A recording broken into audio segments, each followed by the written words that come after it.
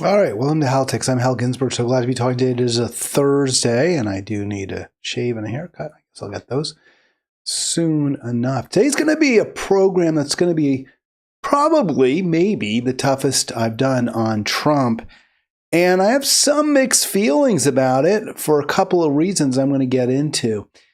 First of all, I guess the big...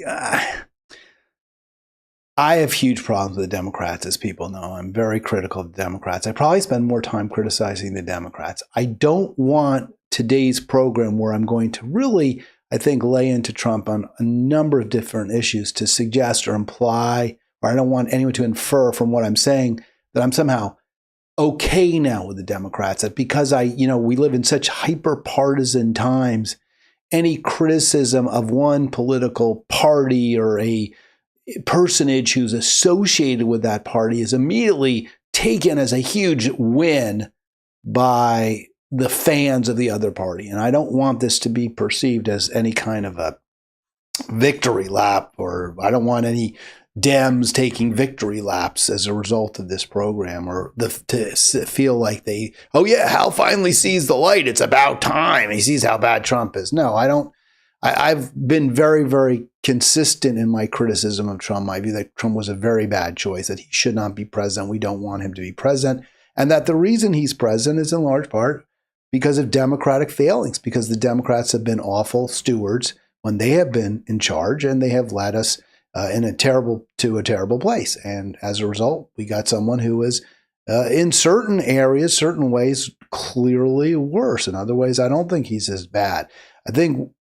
I used to make the argument, well, when it comes to Gaza, it's not clear even he's as bad as Harris Biden, because for a couple of months there, bombs weren't falling on Gaza. Well, now they are. So he is as bad, or maybe worse, I don't know, as Harris Biden, although it's hard to be worse than they were on that issue. But when it comes to certainly civil rights, civil liberties, freedom of speech, and those issues, yeah, he's even worse. And not that Biden and Harris were very good, right? I mean, they weren't good at all, but at least there was some semblance of a belief, a feeling that you could say what you wanted. And while you might get a stick to your head from some Zionist thug at UCLA, you probably weren't going to get arrested by the government. Now, you say something that Trump doesn't like, and there's a chance you get disappeared. So I guess that's even worse, right, than the stick to the head by a Zionist thug who's not sanctioned by it. I got to call things the way they see it. So the question I had is large in charge, brutal and destructive, with pictures of Musk and Trump. And then the question, how much damage is Trump actually doing? And the answer is, he's doing a hell of a lot of damage. Things are bad. Is he the worst president ever? People have insisted for 8 years. I don't think we can go there. I don't think that. I'm very simple. I'm a simple man. I just ask questions, and depending on the answers to those questions, I get my answer. So if Trump is the worst president of all time, then there's certain, milestones. Has he killed the most people? Did he give the most power and wealth to the richest and most powerful people? And did he take away from poor, struggling, and working people? How much? How much wealth did he transfer away from those who need it to those who don't? What did he take away from the neediest? And Trump's bad on those counts. I'm not saying he isn't. But the Reagan tax cut brought the top marginal tax rate from 70% to 28% for the richest Americans on income. Trump's cuts are bad. They're not that bad. Now, of course, it would be hard to be as bad as Reagan's were, because we don't have tax rates that are 70% at the top like we did when he was president. But still, Reagan cut taxes to a greater degree on the richest people than Trump has done, or than W did. Trump hasn't killed as many people as W killed with his war on people of Iraq, the expansion of war in the Middle East. Trump hasn't killed nearly as many people as Nixon killed with his bombing of Cambodia. I don't think he probably has killed as many people as Obama did, where he expanded the war against Afghanistan, destroyed Libya. So, Trump's bad, but when you look at those metrics, He hasn't incarcerated nearly as many black people as Clinton did. He was the all-time top champion in terms of incarcerations of black people. Great deporter was Obama, not Trump. But Trump's really bad. Trump didn't torture, Trump has tortured people, I'm sure. I'm sure we are torturing people. We've seen it. He's disappearing people. Stuff is terrible. But I think it's important we keep this in context. This is our government. These are our presidents. This is what they do. We have a terrible, terrible government. We are, in many ways, the great Satan, as we've been called. Now, there's an irony, because I can go on this program and say this, and maybe a few people watch it and they hear what I have to say, and I don't go to jail for it. So there is that. I probably couldn't say this in Russia about Putin. I know I couldn't say this in China about Xi, because they lock people up all the time who criticize the government in China. At least that's the reports we get. I believe that. So there are some trappings of democracy, of freedom here that you don't get in other countries. But in terms of the inequality, in terms of the cruelty to poor people, the ever greater share of income and wealth that goes to a tiny sliver of Americans while everyone else is getting less and less, the number of people we kill overseas, we're pretty much nonpareil. We're pretty much unmatched. So that's America. That's our presidency. And Trump fits right in. He's not some outlier. He's not unique. I used to be able to come on this program for a couple of months. I was happy enough that I was very happy that I didn't have to talk about the death count in Gaza over the past 24 hours. Well, I'll have to talk about it again. Gaza death toll now surpasses 50,200 as Israeli attacks continue in Gaza. This is Dateline today, 27/25, March 25. And here's the actual count from the Middle East Eye. And numbers are a little different in Al Jazeera. I think Al Jazeera is using a different 24-hour period. I'm not sure how that works, but the Middle East Eye numbers are the same as the numbers from NPR that I saw. So I'm just using Middle East Eye. Not as deadly a day as we've seen in recent days, but still terrible. 25 more Palestinians killed. Hospitals struggle to cope with the endless influx of casualties and the death count since Trump, the Trump attacks, under Trump, the Netanyahu attacks that began with the Trump administration, resumed under Trump, claimed 855 lives. Now that number is 1,000 less than I had yesterday. I had 1,800. So why? Well, I think this new number, as I get it, is accurate. The larger number that I was using yesterday and before that for well over 1,000 dead since March 18 by Israel, that included newly discovered bodies and a refiguring of the count before March 18th. In other words, a lot of people were added who were presumed to have been killed before March 18th, but were added after March 18th. So while the death toll, the official toll, jumped by nearly 2,000, now jumped by nearly 2,000 since March 18th, about under 900 of those are considered to have been killed, people killed since March 18th. The rest were killed before March 18th, if that makes sense, even though the total number of dead was changed after March 18th to reflect these new casualties. Overall death toll from the war now over 50,208, and that is again identified bodies, not necessarily the person who was killed. Their actual identity has been determined, but actual cadavers, bodies, corpses.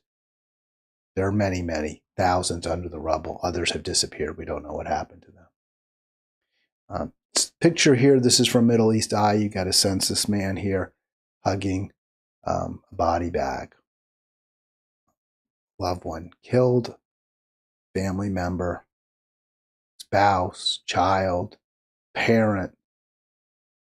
This is what we're doing. This is the human, the reality of the genocide, that we're fully behind, that Trump has, just as Biden-Harris did, facilitated, enabled. That's the reality. I spend time now, I've been going down, mentioned this on many of my programs. By the way, quick shout out to Joy. Spoke to a woman today who mentioned that they watched one of my podcasts and they enjoyed it. I was really gratified because, the numbers are small. I always feel good when I know when somebody tells me they enjoy what I'm doing here and they feel it's valuable. So that means a lot to me. The way you can help, anyone wants to know, is just please share. Just share it. Tell people you like what I'm doing. Ask them to check me out. If they like what I'm doing, I hope they'll subscribe. That's really all I can ask.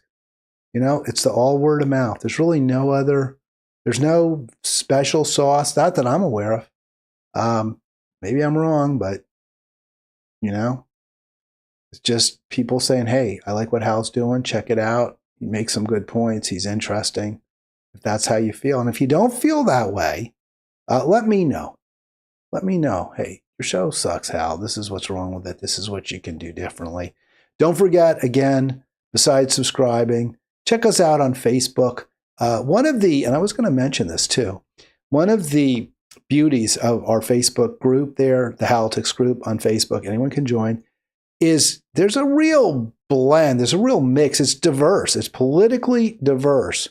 Progressives, liberals, conservatives, they're all there. And I like the ferment. I don't like the attacks, the personal attacks. I had to suspend a person because they describe somebody with an obscenity. I had to suspend them for 3 days. They just decided to quit. They didn't like that. Okay, that's fine. You don't have to comment. I mean, that's up to you. I think it's disappointing because the person who quit, they had some interesting things to say, and it's very unfortunate to lose them. But, we're not going to tolerate mean-spirited personal attacks on posters in the group. That I will not attack. Anyone else, you want to go attack AOC? You want to go attack Trump? Go ahead. Be my guest. I don't care. But you want to go after Bernie, right? Go for it. You want to go after Jill Stein? I like Jill Stein, but you feel the need to attack her, do it. But the people in the group, the posters in the group, the individuals, the non-public personas, that they're off limits. We're not going to make personal attacks. We can challenge what they say, but not them as individuals, as human beings. There's too much suffering in the world. There's too much pain. You can see it in this father. I assume he's a father. I assume he's a dad. I assume that's his child. But that's what we are causing, and I don't want to be a venue, a forum for more. All right. Since October 7, we gave out the numbers, but I do it in stark terms on these little squares I put together, or rectangles. Since October 7, we have an identified death count of 50,208 Gazans by Israel. And I say the United States as well because it's our weapons, because we give it to Israel. Without those weapons, those people wouldn't be dead. Without the full, unwavering, tireless support of the U.S. government, those 50,000 Gazans would still be alive today. Trump gets no slack here. Since March 18th, Trump and Netanyahu have killed 855 Gazans and 25 yesterday, over 300 children. So I had hundreds of children in the count, and that remains. Over 300 children. Can you believe that? I can believe it. It's horrifying. Okay, want to join me? 240-242-5646. 240-242-5646. I don't know if you hear that bell ringing, the phone, but it is, which means that I'll hear you if you call. 240-242-5646. I was taken by this post by Nina Turner, SNT, Senator Nina Turner. She doesn't go by Senator. I actually have to say, Nina, if you're listening, which my guess is you are not, but if you are, I like the fact that you are just calling yourself Nina Turner now. You can see the date line is the 25th, so 2 days ago. This is referring to the Signal chat leaked by Jeffrey Goldberg neocon warmonger par excellence who writes for and in fact edits the Atlantic, which is a very, very bellicose, very, very pro-war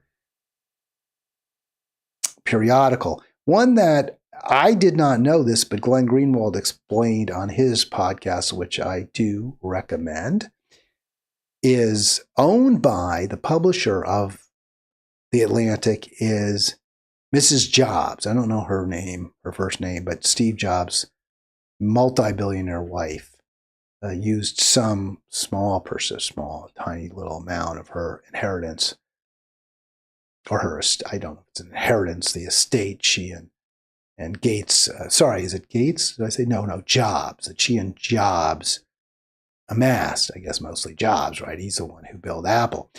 That estate, numbering, in the billions of dollars, she took some small portion of it and bought this magazine, The Atlantic. So it obviously is going to reflect billionaire sensibilities. And billionaires are notoriously less concerned about the costs of war to human life. They profit. They own weapons manufacturing companies and big stock and all the corporations that profit from the carnage, the blood, the destruction. So, we can't necessarily, we should presume that the editorial policy of the Atlantic magazine reflects the interests of, promotes the interests of the owner, a multi-billionaire, not of its readers. And certainly Jeffrey Goldberg, who has never met a war he didn't think the United States should be actively involved in, fits that. So he was on the Signal chat. Certainly seems clearly like a major screw up by the Mike Waltz and Hegseth, the defense team there for Trump, who are focused on the Houthi rebels in Yemen, and they included Goldberg, and they shared details in the Signal group of the attacks that they were launching. They were going to launch. So they weren't even, at that point they were prospective. Clearly terrible screw up. I mean, you don't, how can you possibly, do that, right? I mean, there's these secret plans to kill a whole lot of people who are in a certain place at a certain time. The last thing you would want if you want to kill all those people is for them to be given any warning. And then they spread, they disperse. It's a desert, right? So it's hard to find people if they're not all together in one place. And, so obviously that's not what Hegseth and Waltz wanted. And apparently Vance as well. They wouldn't have wanted this information getting out there. But of course, Goldberg wasn't going to warn anybody. He wasn't going to try to save any lives. But he did use it to embarrass Trump and make, his team look incompetent. And clearly they screwed up. I mean, incompetence, at least in this area, was clear. And it is interesting. Greenwald is, if you listen to or watch his podcast on this, and I learned a lot from it, he's incredulous. Why are they using Signal? This is just a publicly available app. I use Signal. We use Signal for some of the pro-peace groups that I'm a member of. Anyone can, it's totally free. And Greenwald makes the point that there are all sorts of private apps that are super secret, that only government, people, high-level government officials would have access to. He's incredulous that they're using Signal. My guess is Signal probably was easier. And it apparently has some security functions. And it would have remained secret if it weren't for Goldberg being wrongly, mistakenly invited to the chat. It's not like he hacked it. He was just invited by mistake. Now, again, if you were using a much more secure app, probably you couldn't just invite somebody. Even if you're, Pete Hegseth, even if you're Mike Waltz, you can't just invite somebody. They have to have access to the app. You would, there would be like a warning. Why are you inviting this person? Why are you inviting someone who's not part of the government? Yeah, National Security Advisor Mike Waltz. So, clearly this was, a mistake and one that wouldn't have probably happened if they were using a different app. But the fact is, it wasn't the app that was compromised. It was the compromising behavior of the National Security Advisor, Mike Waltz, to invite Jeffrey Goldberg. Nina makes Senator Nina. Well, she doesn't call. And by the way, I like that you're not calling yourself Senator Nina because you ain't a senator right now. I know you were. You were a state senator, but you're not a senator. You're just a private citizen, just like me. Your point is 100% correct. It is a clear symbol of how far our society has fallen, that both political parties are so remarkably corrupt and so indifferent. I'll go beyond indifferent to human life. They're hostile. They're actively hostile. The concern that most, now, not all, so Nina's maybe being a little unfair. The obsession with the signal chat, right? That it's, how did you publicize that chat? Trumpers, you're clearly clowns, you're fools, you're idiots, you don't know what you're doing. What jerks you are to let people know about what you're bombing. The fact that that's what the criticism, that's where the criticism lies, not with the fact that they're just willy-nilly dropping bombs on, yes, some Houthi rebels, who, by the way, are really on the side of angels, right? They're targeting Israeli ships. They're not even targeting U.S. ships, even though U.S. is complicit too, right? Complicit in the genocide. But the Houthi rebels are trying to stop a genocide. A genocide that we're enabling. The Houthi rebels are trying to stop a genocide. They're on the correct side in this issue. The Houthi rebels have been under tremendous pressure from the Saudis as well. I'm not really sure what that's about, why there's such a major rift between the royal house of Saud, our allies, right? Again, a regime that tortures, autocratic, incredibly sexist, misogynist society. Yeah, it's getting a little better in certain ways. They're our allies, not a group that's fighting for self-determination, the Houthis. But the question that Nina asks is, why are we bombing them? And how come Congress didn't have to approve the bombing? And why aren't the Democrats up in arms because of unauthorized bombings that are killing civilians, that are killing women, that are killed by the United States? In one way, this is even worse than the genocide that Israel is perpetrating from the American standpoint. In one way, it's even worse because it's not Israel that's killing the Houthis. It's the United States. It's Trump. And no one seems to care. The only thing they care about is that, well, some of the information got out. That's the only problem.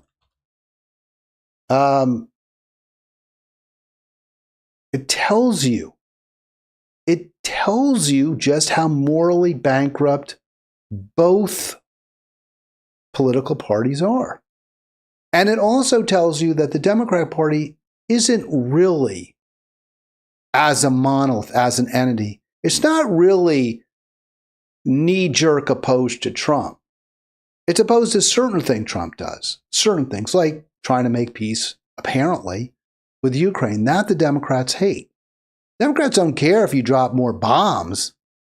They just don't want you to stop dropping bombs or selling bombs or sending bombs overseas. That's what the Democrats seem to oppose. That's why, I'm a little, I won't say uncomfortable. I don't really relish telling you how bad Trump is because I don't want the idea to be gleaned from this program that I somehow think it's okay for what the Democrats are suddenly, now I'm on their side, because I'm not. I'm on neither side. I'm against them both because they're both on the same side. In some ways, and we'll get into this more, the Democrats aren't as bad. In some ways, I'm actually hoping for Democratic victory. I think the biggest example of that is, I believe, the Wisconsin Supreme Court. I don't know if it's partisan or not in terms of you actually run as a Republican or a Democrat, but clearly the sides are drawn. There's a liberal, there's quote liberals, and there's quote conservatives, read Democrats, Republicans. Right now it's a 3-3 court. There's an election to determine the seventh justice. I'm very much on the side of the quote liberal unquote. I hope she wins. I didn't take that position during the 2024 presidential election. I didn't hope she would win. I do hope in Wisconsin that the Democrat or the liberal or the progressive or whatever you want to call her wins. I hope that very, very much. I don't even think Kamala's a liberal, so there wasn't really a liberal running that. If you want to know a little bit more, this is from WION. This is India News. They interview a Georgetown professor, so I thought it was interesting. This is what's happening. Well, this is about 10 days ago, but the bombs keep falling. We're continuing to kill Yemenis, Houthis. Has made it clear that these strikes, which the U.S. carried out yesterday, will not go unanswered. Okay, so what's that? So what he said is there, real quick, because I started it just as he was the professor there. Iran has made it clear that it's not going to let these strikes go unanswered because Iran backs the Houthis. Remember, Iran's greatest enemy is Saudi Arabia. Iran is Shia, I believe. Saudi Arabia is Sunni. Saudi Arabia is the enemy of Yemen, of the Houthis. Iran is the ally of the Houthis. It all gets very complicated. I'm not even clear. I think the reason the United States is bombing the Houthis now is because the Houthis have threatened Israeli ships and I believe have launched missiles at them and at Israel. Rightly so, in my opinion. But if the argument is, well, we need to attack them, we have to kill them over there, so we're safe over here, the professor's saying, no. Because we're attacking their ally, Iran, they're not going to, launch a war right now. They don't have the strength to do it, but they're going to get back at us. They'll figure something out. In other words, Trump just made us less safe. Trump just made us less safe. Democrats aren't talking about that. They're talking about how he, planned this, his team planned this on signal. And how the Houthis are going to respond remains to be seen. As far as the Iranians are concerned, I don't think that at this point Iran is looking for some huge brawl with the United States. Mm-hmm. I think Iran might retaliate, but it might not be anytime soon. It also might be done in a manner in which Tehran will have some sort of plausible deniability, which is something that we've seen from Iran over the decades. I'm going to stop it there for a sec, not because of what the professor's saying, although, again, his point is that we're probably going to be facing some reprisal from Iran. Trump just made us less safe. But I just like to point out that headline there. Houthis vow retaliation against the United States, so Houthis and Iran. But then look under that. Trump threatens hell will rain down if Houthi attacks continue. So this is our president. This is what he said to the Palestinians. We're going to rain hell down on you. So I'm just going to kill you. I'm going to destroy you. I'm going to bomb you into oblivion. That is so horrifying. It's so incredibly wrong. And you aren't hearing some vast outcry against it from the so-called opposition. This is why I argue over and over we need to go in a very, very, very different direction. So really so much uncertainty. One unknown factor meets another right now. Professor Kafir, where does that leave the much anticipated Iran-US talks on the nuclear program? Well, Trump obviously wants to negotiate another nuclear deal with Tehran. He's made that very clear, but he is also at the same time sort of threatening Iran in pretty direct manners, we've seen in recent weeks. And I think the Iranian leadership does want to see sanctions lifted on the country. And I think ultimately the Iranian leadership knows that the only way to achieve that outcome is by negotiating one way or another with the United States. All right, I'm going to just stop it right there. So again, the professor said something really interesting to me, which is that Trump does want a nuclear deal with Iran. He wants a new deal. Remember, he scuttled it when he was president, but now he wants it back. Well, that's a good thing, right? Every now and then, Trump seems to actually have some pretty decent inclinations. He does want, it seems clear to me, he wants peace with Russia. He keeps pushing it. He's pushing it, even though Putin has been somewhat more difficult, I think, than Trump anticipated. So that's good. According to the professor, Trump does want a nuclear deal with Iran. That's a good thing. And that deal is still possible, according to the professor, because Tehran wants it as well. But Trump made it more difficult, made it less likely to happen, kicked the can down the road a little bit. So again, we're less safe because of what Trump did. Now, that said, a lot of Democrats don't give a crap. A lot of Democrats don't want to deal with Iran. They're very critical. People like Adam Schiff, they're not interested in such a deal. The Zionist lobby doesn't want a deal with Iran, and they're pushing against it.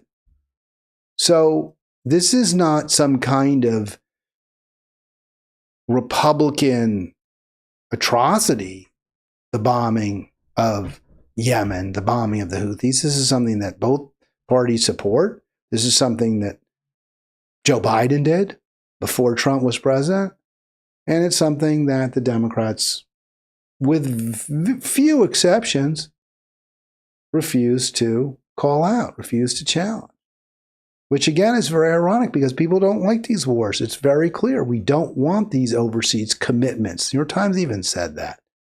Something that independents and even many Republicans don't like.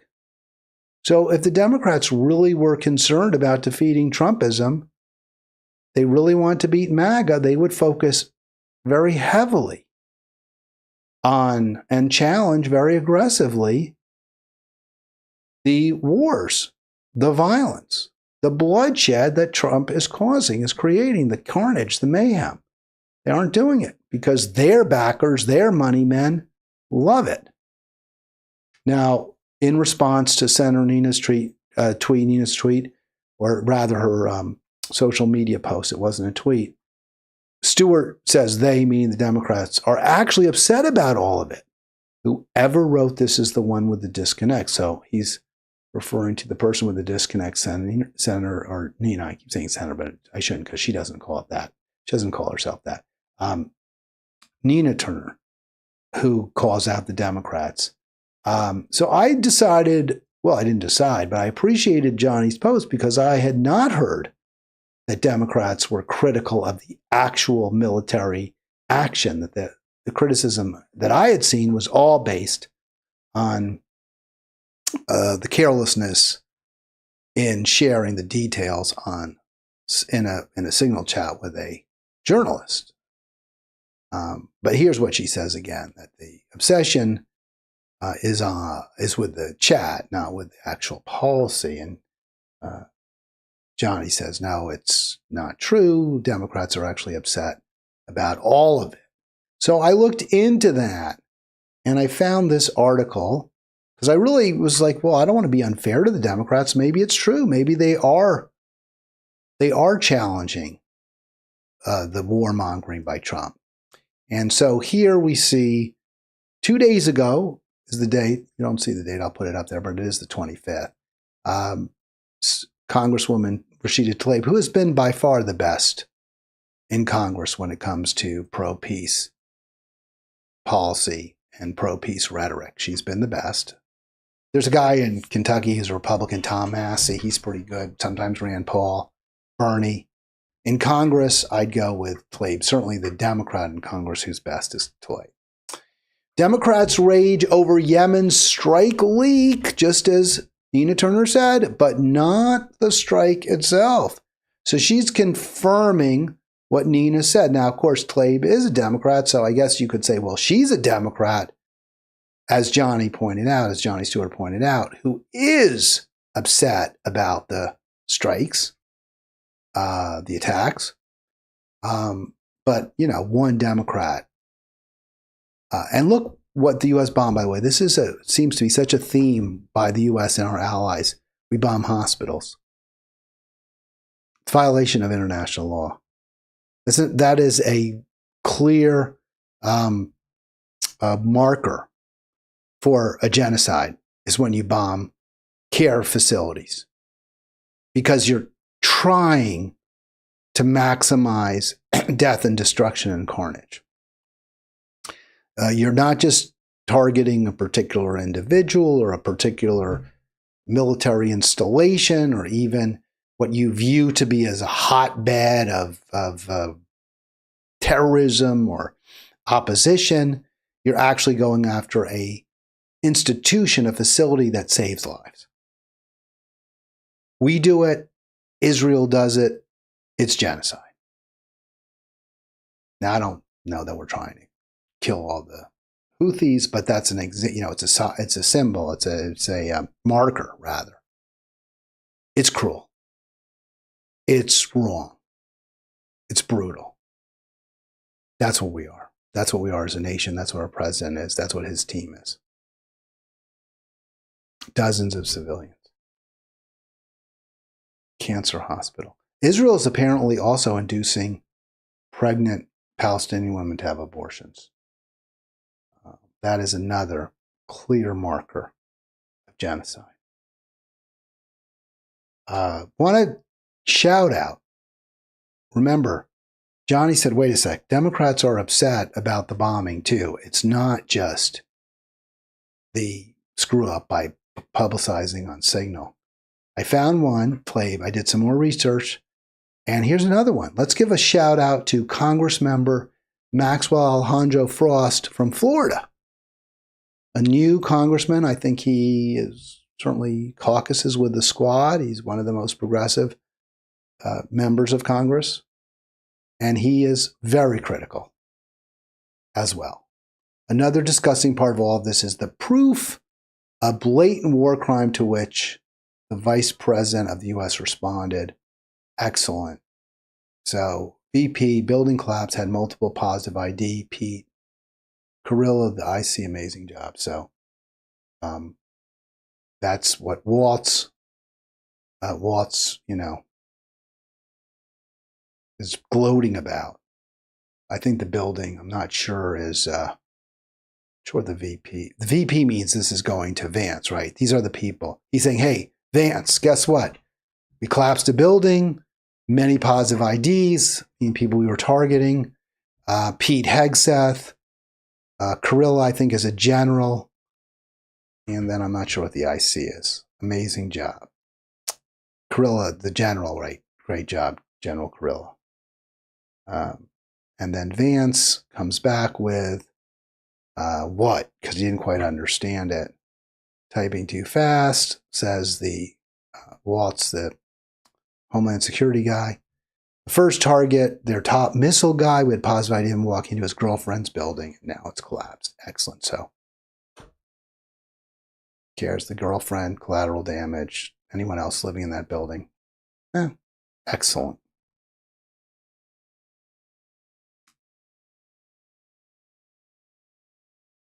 We got to move in a different direction. I do give Frost, I do give Tlaib a lot of credit for posting. But that said, are they going to still vote for the congressman from New York, from Wall Street and Israel? The 6th borough, Hakeem Jeffries, guy who raises millions from AIPAC, is that who they're going to support? Because it doesn't mean anything. You can tweet all you want. But if you choose as your leader someone who is going to consistently fund Israel, consistently fund the war machine, it doesn't matter. Don't think I'm letting the Democrats off the hook, even if I do quote Frost and Tlaib, and even if I do note that Trump is doing terrible harm. From Tommy Viator on X, Biden was bombing the Houthis in Yemen for a year. So this is not some sort of new policy by Trump. And Glenn Greenwald notes Trump correctly denounced Biden for doing so, calling these bombings unnecessary and saying it should just be resolved with phone calls, which he was right. Now that Trump is bombing the Houthis, they're pretending only they are strong enough to do so, meaning the Republicans, and Biden was too weak.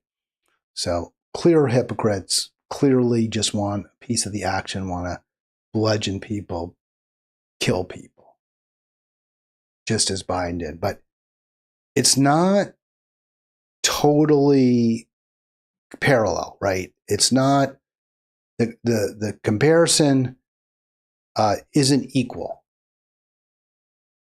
The Trump attacks are actually worse. What Trump has done now, not only was okay what Biden did, but more civilians are being targeted. Hospitals are being targeted. It appears that there's less of a particular strategy or, they're not as strategic. It was just basically a carpet attack, although we did get that one guy, but we got him by blowing up his girlfriend's building. And here, the Times of Israel. New U.S. campaign against Yemen's Houthis far more intense than under Biden. So it's worse than under Biden. Reviews of targets, policy frequency, and intensity shows renewed battle against Iran-backed rebels is completely different, and I guess they're saying better, under new administration. They're praising Trump for this, but they're still a little bit concerned, right? Critics say problems remain. In other words, it's not good enough. Attaboy, you're killing more people, you're doing more damage, you're causing more carnage, there's more mayhem, but you could be doing even more. Trump, that's what Israel is telling Trump. Again, this is a program where I'm really trying to go through some of the true harm, the truly terrible things that are happening under the Trump administration as a direct result of Trump policies. I'm on record that the treatment of immigrants during the first Trump administration was the worst thing he did. I stand by that. And now what we're seeing, at least when it comes to immigrants from or residents of citizens of other countries who are from the Middle East, Muslims, now we're really seeing something terrifying, very, very upsetting. And we'll get this. So there you go. There's our subscribe. Yeah, I just want to make sure I got you that as well. Subscribe now. This is from NBC News. This is the streets of Somerville, Massachusetts, a couple of days ago. And you see this black suited thug accosting a much smaller woman on the street. This is the moment Tufts University graduate student Rumeysa Ozturk was arrested. Look at him. Look at that. It's just so scary. It is absolutely reminiscent of the Nazis. This is absolute fascism. Absolute fascism right here in the streets of Somerville. This is the Trump ICE. Ozturk was arrested and taken into federal custody. Doorbell camera. She's terrified. That's what the Trump administration is doing. That woman is terrified, and rightly so, and understandably so. And when you know what happened to her, you can understand why she's terrified. By NBC News shows two plainclothes officers approaching the 30-year-old in Somerville outside of Boston. Ozturk at first appears to back away before more agents approach, one eventually taking her phone out of her hand. Okay. Officers then take her backpack off, handcuff her, and lead her across the street to a car. An onlooker heard questioning why the officers' faces are covered. Ozturk's lawyer says she was on her way to break Ramadan fast with friends on Tuesday night when she was detained without explanation.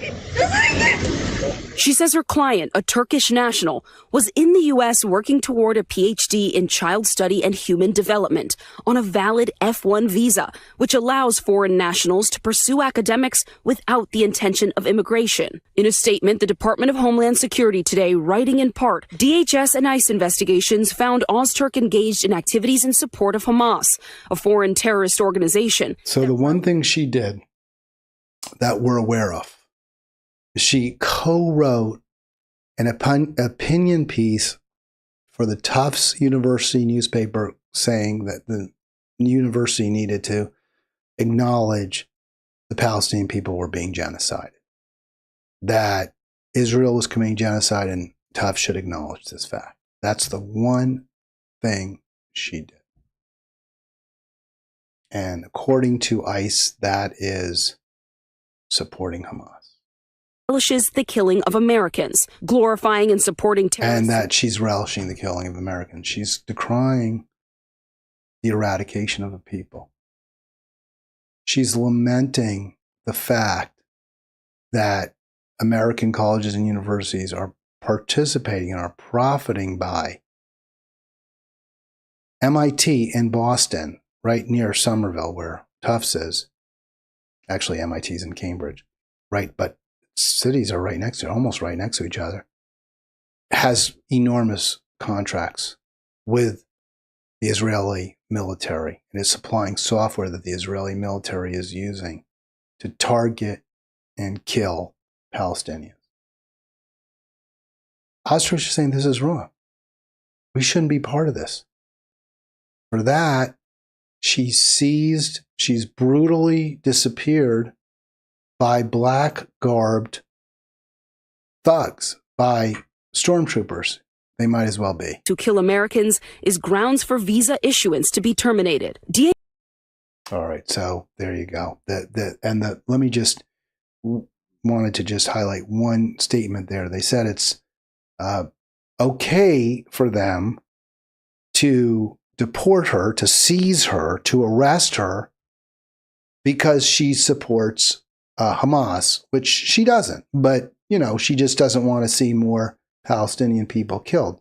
But the actual statement, let's see if I can get it for you, I'll show it to you in a second, is that Hamas glories in the killing of Americans. That's it. Well, they're so evil, they actually kill Americans. Let's see if we can get that right up the screen for you. So here it is. Make that a full screen for you. Hamas glorifies and supports terrorists who kill Americans. So that's the rationale. So I thought I'd just do a little bit of quick research about killing Americans.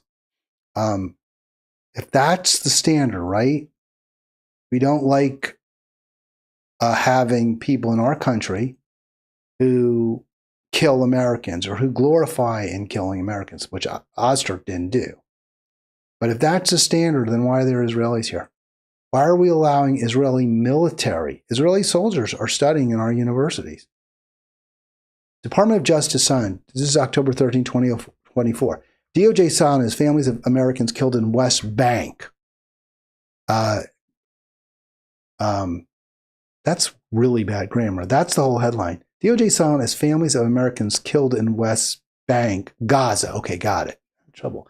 DOJ silent as families of Americans. So the Americans, their families, parents, siblings, they're saying, hey, our children were killed in the West Bank and Gaza. We want you to investigate. This is NPR. And nothing. DOJ's not. And why is that? Because guess who did the killing? Israel. The Israeli military. 4 Americans have been killed in the West Bank. Now they're talking about Americans. Any Americans who were killed on October 7 have been investigated, or the hostages and the Justice Department has done everything they can to find them. And, well, they really haven't. You'd say they have, but why are we then enabling the Israeli killing machine. If we really cared about those American hostages, we would have done everything possible to stop the killing by Israel so they would be released. 4 Americans have been killed in the West Bank and Gaza Strip, but by Israelis. Are any Israeli soldiers? Because we have them in our, we don't just have people like Rumeysa from Turkey who write an opinion piece saying, hey, I don't like what's happening to my co-religionists in Palestine. This should end. We have actually soldiers from the Israeli military who kill people, who kill Palestinians, who kill Gazans. Maybe they rape them. We have cases where, we've seen Zionist thugs beating people with sticks. Are they being investigated? They're part of a regime that kills Americans, puts bullets in their chests. What's the protocol for deporting them, for abducting them, for disappearing them? What's the protocol, Trump?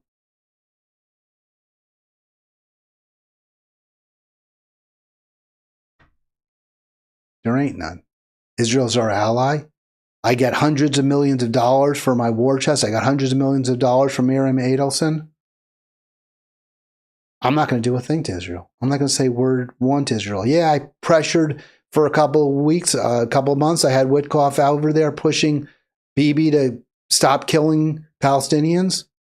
And I got a lot of heat for it. I got a lot of criticism for it. A lot of billionaires didn't like it. I didn't get good at media press. Nobody in the New York Times or Washington Post was praising me for this, even though they should have been. So what the hell? I don't care. Let's kill more. Go ahead, kill them all. And we're not going to do a thing to the Israelis. Just a little bit more on this topic. I don't know if I'm going to sort of on this topic. I saw this. We had the Truth Out piece where, why was I quoting Truth Out? Oh, the Truth Out, which was where Rashida Tlaib posted that Democrats don't care about the actual bombs being dropped on the Houthis. What they care about is a signal chat that was open to the public. But this is also from just, the past few weeks on Truth Out. And Tlaib says as Israel bombs Gaza, so this is, since March 18th, Tlaib, Sanders plead no more military aid to Israel. And Rashida Tlaib says they will never stop being Israel until there are sanctions and an arms embargo. Israel isn't going to stop killing Gazans. It's not going to stop its genocide until we sanction Israel and we stop shipping arms to them. Seems obvious, right? Seems beyond peradventure. I really thought a lot about that. When I read that, the first thing that jumped into my mind, I played this clip before, I'm going to play it again, was that great progressive Alexandria Ocasio-Cortez at the Democratic National Convention, speaking for Kamala Harris. Just bear in mind when you play this clip what Rashida Tlaib said. The only way Israel will ever stop, they will never stop until there are sanctions and an arms embargo. She understands the urgency of rent checks and groceries and prescriptions. AOC leans heavily into that identity as having come from a less than affluent background. Remember, she said, I understand where you're coming from because I had to work, because I had to be a bartender. So does Kamala Harris. She understands because her family wasn't rich. We know plenty of poor people. They got money. They forget all about where they came from. Clarence Thomas grew up a lot poorer than either AOC or Kamala. And I don't think anyone would say he's some champion of the poor. FDR was born to one of the most elite families in the American firmament. And he cared more about the poor than just about anybody. So you're wearing the mantle or claiming the mantle of bartender, restaurant server, and therefore you're compassionate. It doesn't go very far with me, AOC. To our reproductive and civil rights as she is to taking on corporate greed. Which she was not in the least bit committed to. So that's a ridiculous assertion. There was no corporate greed taking on by Harris ever in her 20 plus years in government, 25 years, 30 years. It was poor people, struggling people, working people that she would go after. Prisoners that she would go after, not elites. And she is working tirelessly to secure a ceasefire in Gaza and bringing hostages home. Right, so that is the absurd quote. That's the money quote. She is working, Kamala Harris is working tirelessly for a ceasefire and to bringing the hostages home. Remember what Rashida Tlaib said. There's no gainsaying it. There's no argument. The way you get a ceasefire, the only way to get a ceasefire and bring the hostages home is by sanctions and an end to arms shipments, an arms embargo. Now, of course, Trump's going the total opposite direction. He tried to get a ceasefire, right? There was a brief ceasefire because of very hard threats that Witkoff levied against Netanyahu, and now it's over. Wasn't and according to some, it wasn't. There was never really a ceasefire because Israel kept killing and occupying Gaza, just at a much slower rate. Was Harris working tirelessly? Is that fair? Did AOC correctly describe the actions of Kamala Harris with respect to Israel? Tireless advocate for a ceasefire? One that could only happen with an arms embargo and sanctions. This is Annalise Keene. She's from Philadelphia. She works as a fundraiser for Habitat for Humanity. She's registered with no party affiliation. She says she's a Democrat. She's leaning toward voting for you, but says she's yet to make her final decision in part because of the conflict in the Middle East. Annalise? Thank you, and good evening, Madam Vice President. Good evening. My question is, as president, what would you do to ensure not another Palestinian dies due to bombs being funded by U.S. tax dollars? All right, so very simple question. That's the whole question. What would you do if you're elected, Harris, to ensure no more Palestinians die because of bombs that are dropped by Israel that we pay for? Very, very simple question. Now, the answer is I would sanction Israel and I would stop shipping them weapons. That's what Rashida Tlaib told you. It's not just like, oh, wow, I wouldn't have thought of that. That's a shocker. Really, sanctions and an end to arms shipments is the way to stop a country from killing other people? Is it you actually punish them if they keep killing and you don't give them weapons? Gee, wow. Who would have thought of that idea? I mean, it's so obvious. If she's working tirelessly, that's what she would do. There's no doubt. It's obvious. AOC said with zero reservation, utterly confident, cocksure, I would say, that Harris is working tirelessly for a ceasefire. The question is, how do you keep Palestinians from being killed with our weapons? What's her answer? So I will say, and I think this is to your point, far too many innocent Palestinian civilians have been killed. That really wasn't her point. Her point wasn't too many innocents have been killed. She said, I don't want anyone killed. I don't want one killed. It's not that there are too many. There shouldn't be any. And especially not with our weapons, our bombs. So what are you going to do about it? You don't need to concede or point or say, oh, I think it's so sad all these people are being killed. You say, arms embargo, sanctions. That's all. Does she say that? Not yet. Is she going to say it? And we are now at a place where with Sinwar's death, I do believe we have an opportunity to end this war, bring the hostages home, bring relief. She wasn't asked about the hostages. I get it. Harris was prepped. I get it that her Biden team doesn't want her to separate herself from Biden policies.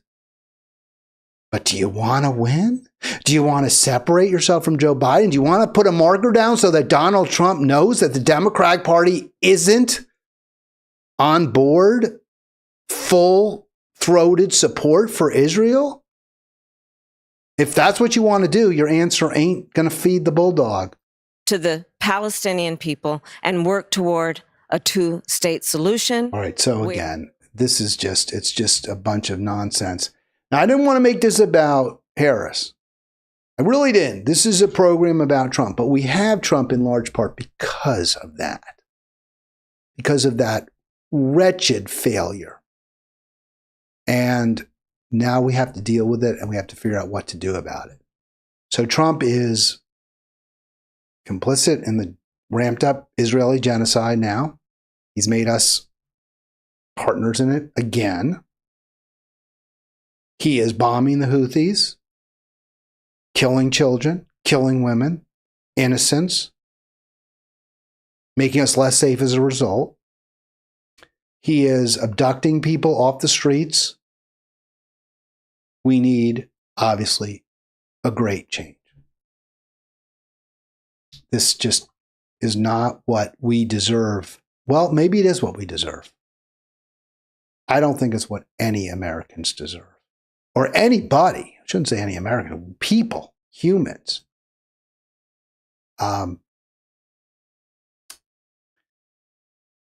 There's a lot of defense right now. So I got a lot more here, a lot more stories. We're at 4 o'clock. I'm just going to tease this a little bit. Tomorrow's the free-for-all, so I got prep for tomorrow, which makes it easier for me, especially because I do plan to go at noon. The free-for-all is tomorrow. I will go at noon. I will not go late. I'm not going to go downtown tomorrow. That's no plans to do Gaza lobbying for Gaza as I did today. And we were specifically focused on the abduction of the Tufts grad student Ramesa. That was what we talked about today, and how we need Democrats to stand together against it. And maybe they will. Who knows? We'll see. But just so you get a sense, even if those issues aren't as important to you as your own life, your own kitchen table issues, the future here, and I've heard people say, oh, yeah, it's a good thing what Trump's doing. It's a good thing Doge there. What's wrong with making the government more efficient? Right? That's the argument. Why? That's a good thing. We want an efficient government. The problem is you slash bureaucrats. You take a meat axe. You take a sledgehammer to the government, and you make it much less efficient in many cases. Sure, there probably are redundancies. I don't disagree. I saw people going after USAID. USAID is a problematic agency. USAID supposedly there to do humanitarian aid, so often conditions that aid on policies that favor American corporations, that favor American military interests as they are perceived by the United States. So I get the criticism of USAID. USAID is a problem. I get that many of our agencies, the CIA, does terrible harm, ICE. These are agencies we should cut funding to. I don't know that Trump's talking about cutting funding to them. Social Security is the lifeblood. It's not just a lifeline, it's the lifeblood for many millions of seniors in our country. People worked hard all their lives. And they need that $2,000 a month, $3,000. They need it. They absolutely can't. They will not live without it. I mean, they'll die. So what's happening now? Long waits, waves of calls, website crashes. Social Security is breaking down. A flood of cuts led by Musk has sent the agency into chaos as a new commissioner prepares to take charge. All right. What is this from? Is this from your lefty New York Times? Can't really believe them, right? Because they just hate Trump. MSNBC, can't believe them. They're enemies of Trump. Washington Post, that is owned by one of Trump's billionaire pals. Guy who wouldn't publish an editorial endorsing Harris for president. Now, I don't fault Bezos for that. There were two unqualified candidates, two unfit candidates for president. Fine, don't endorse either one. Would have been nice if he endorsed Jill Stein, but obviously billionaire Bezos ain't going to endorse somebody who actually legitimately would take on the billionaire class. Bezos has said, we're not going to let you We're not going to publish articles that, I guess, criticize American exceptionalism or the free market system is just too wonderful and marvelous. So we're not even going to publish articles criticizing it. Even that newspaper does not ignore the fact that the Social Security system, the Social Security agency, is now a shambles. That's Trump. That's not efficiency, folks. That's not making things easier. And these are working people. These are poor people, struggling people, people who worked hard all their lives and need the money. And now they're getting screwed. Okay. This is a different article. I don't know why I went to Paul Weiss. Sorry about that. 240. We'll talk about Paul Weiss tomorrow. That's one of the law. Yeah. Can we count on institutions like law firms, progressives, right? These are Georgetown lawyers at Paul Weiss. Actually, Georgetown, Harvard, Yale lawyers, Michigan. These are people from the top 5 law schools, the partners there. Can we count on them to protect us? They're multimillionaires. I don't know if they're billionaires, but they're super rich. I presume they have the resources, right? They have the smarts. They have the skills to take on this administration. They're not doing it. They're bending the knee. We'll talk about that tomorrow and much, much more. Thanks for watching Halitics. Thanks for listening. Don't forget, click like, click subscribe, click and share, I guess is what I was going to say. Click share because you got to build this thing, man. This is too important what we're doing here. Trying to make things just a little better. That's the whole point of Halitics. And I know that you feel the same way or you wouldn't be watching. I will be back tomorrow.